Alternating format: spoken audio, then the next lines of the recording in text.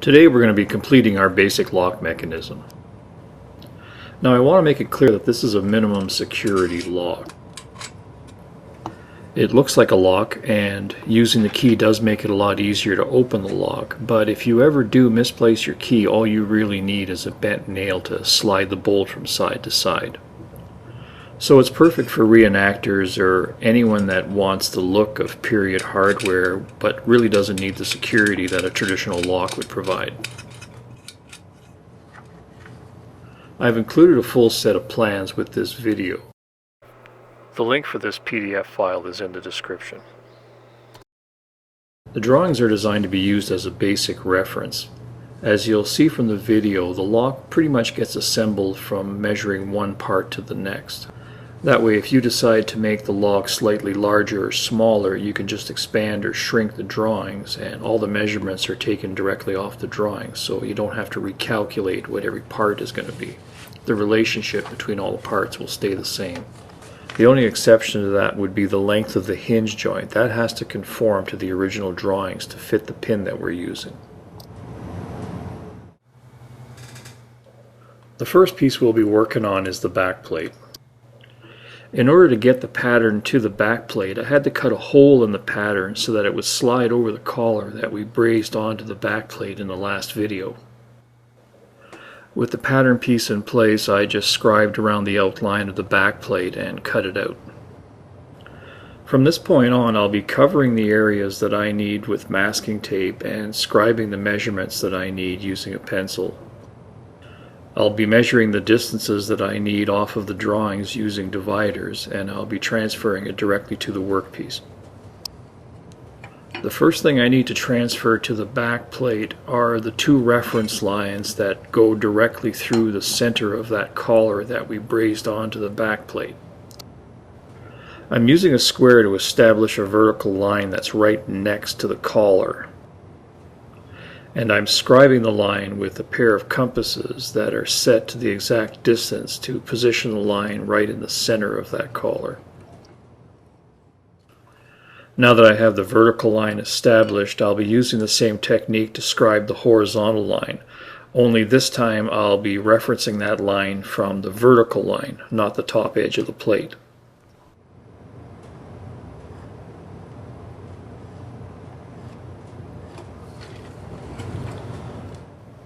Now that I have these two lines established, I'll be able to work from these lines to transfer any of the measurements that I need to build the rest of the lock. Here I've gone through the same process to establish the center lines on the front plate.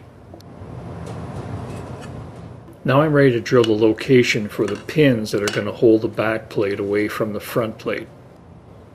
As you can see, I've already located and drilled the holes in the back plate. When all the reference lines line up, I'll be able to clamp the two pieces together and use the back plate as a drill guide for the front plate.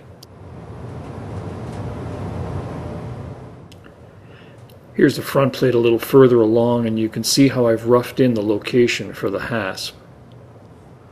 I measured the location for this hole off the drawings, so I left it a little undersized. I'll finish sizing the hole when I have the lock assembled. I may need to file the hole slightly larger on one side or another to fit the actual location of the bolt. Here's the bolt roughed out, and once again I just took the measurements right off the drawings. The next reference line that we'll be working with is the reference line for the bolt. This represents the top edge of the bolt, and the bolt slides left and right along this line. It never moves above this line.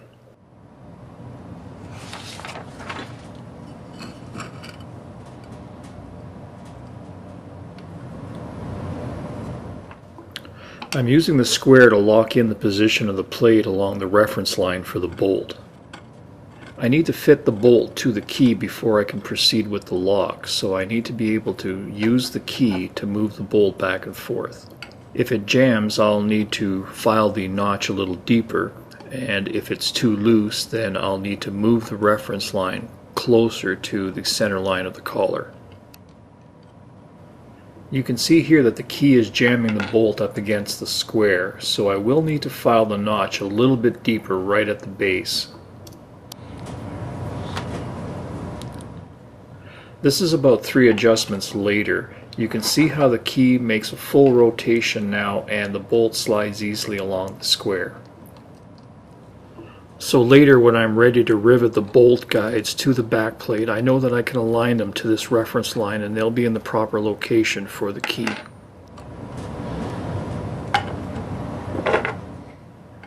The next thing we need to adjust is the amount that the bolt slides from side to side, the total length of travel of the bolt. If you follow the pattern, it should travel a lot further than it needs to. This is because the sides of the notch are still quite vertical and that angle needs to be widened out so the key releases the bolt at the right time. Working from the center line on the pattern, we can transfer the length of travel for each side to the workpiece.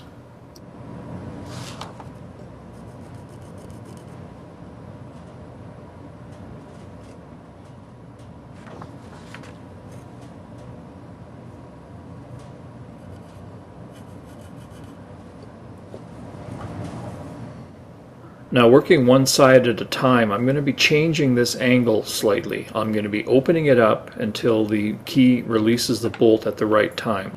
I'm not going to be making the base of the notch any wider. I'm just opening up the top angle.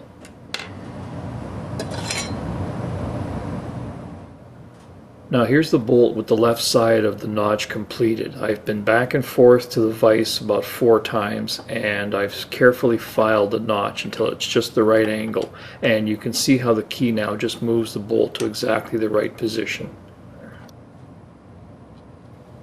Now I need to do the same thing for the right hand side of the notch. Here's the back plate a little further along. The 2 bolt guides have been riveted into position and I'm ready to fit the keeper to the bolt. The keeper applies pressure to the bolt and prevents it from sliding freely from side to side. The keeper is loosely fitted over a pin and the pin is riveted to the back plate. I use a safe file and the vise insert to file a shoulder on the pin.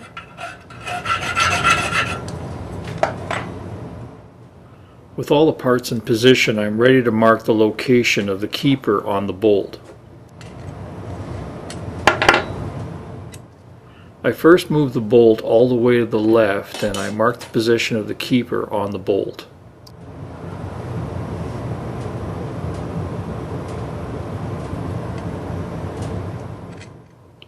And then I move the bolt all the way to the right and I mark that position on the bolt.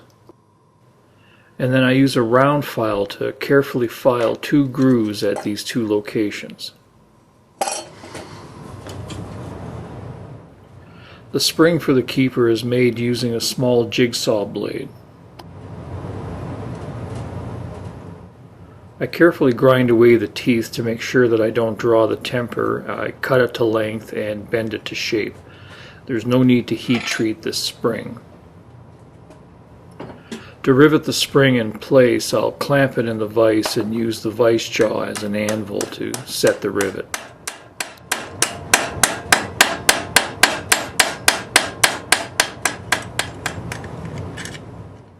Once the spring is in place, the actual lock mechanism is complete and I can do any final testing and adjustments that may be necessary.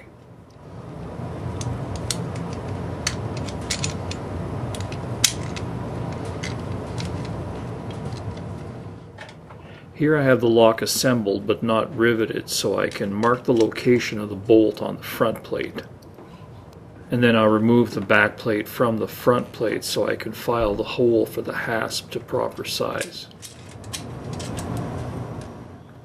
Here I'm using the hinge blank and the bolt as a spacer to determine the length of the shackle on the hasp.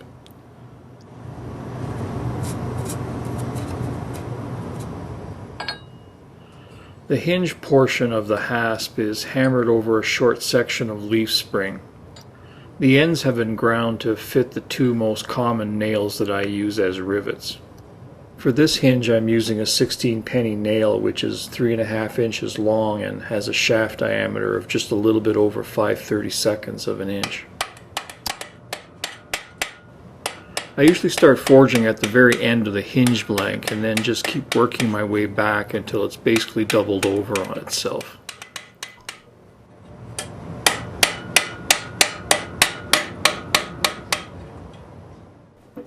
And then I move to the anvil and tighten up the curve.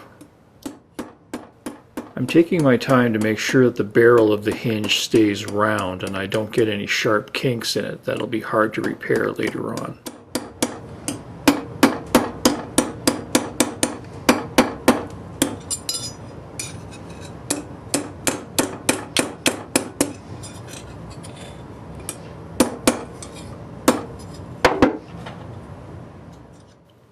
When I get the diameter small enough, I'll insert the hinge pin and continue forging the barrel around the pin.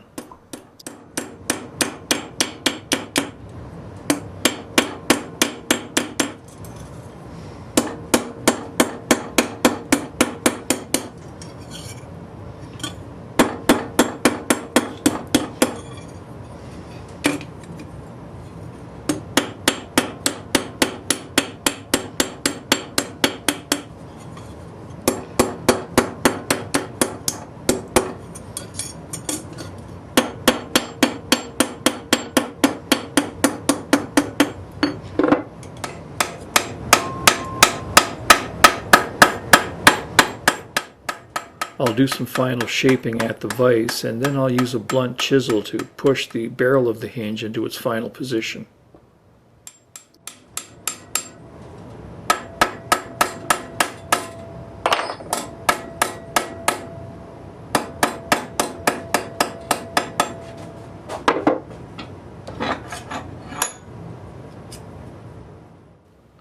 The same process is used to create the other half of the hinge joint. And once the two halves of the hinge are riveted together, the lock is complete.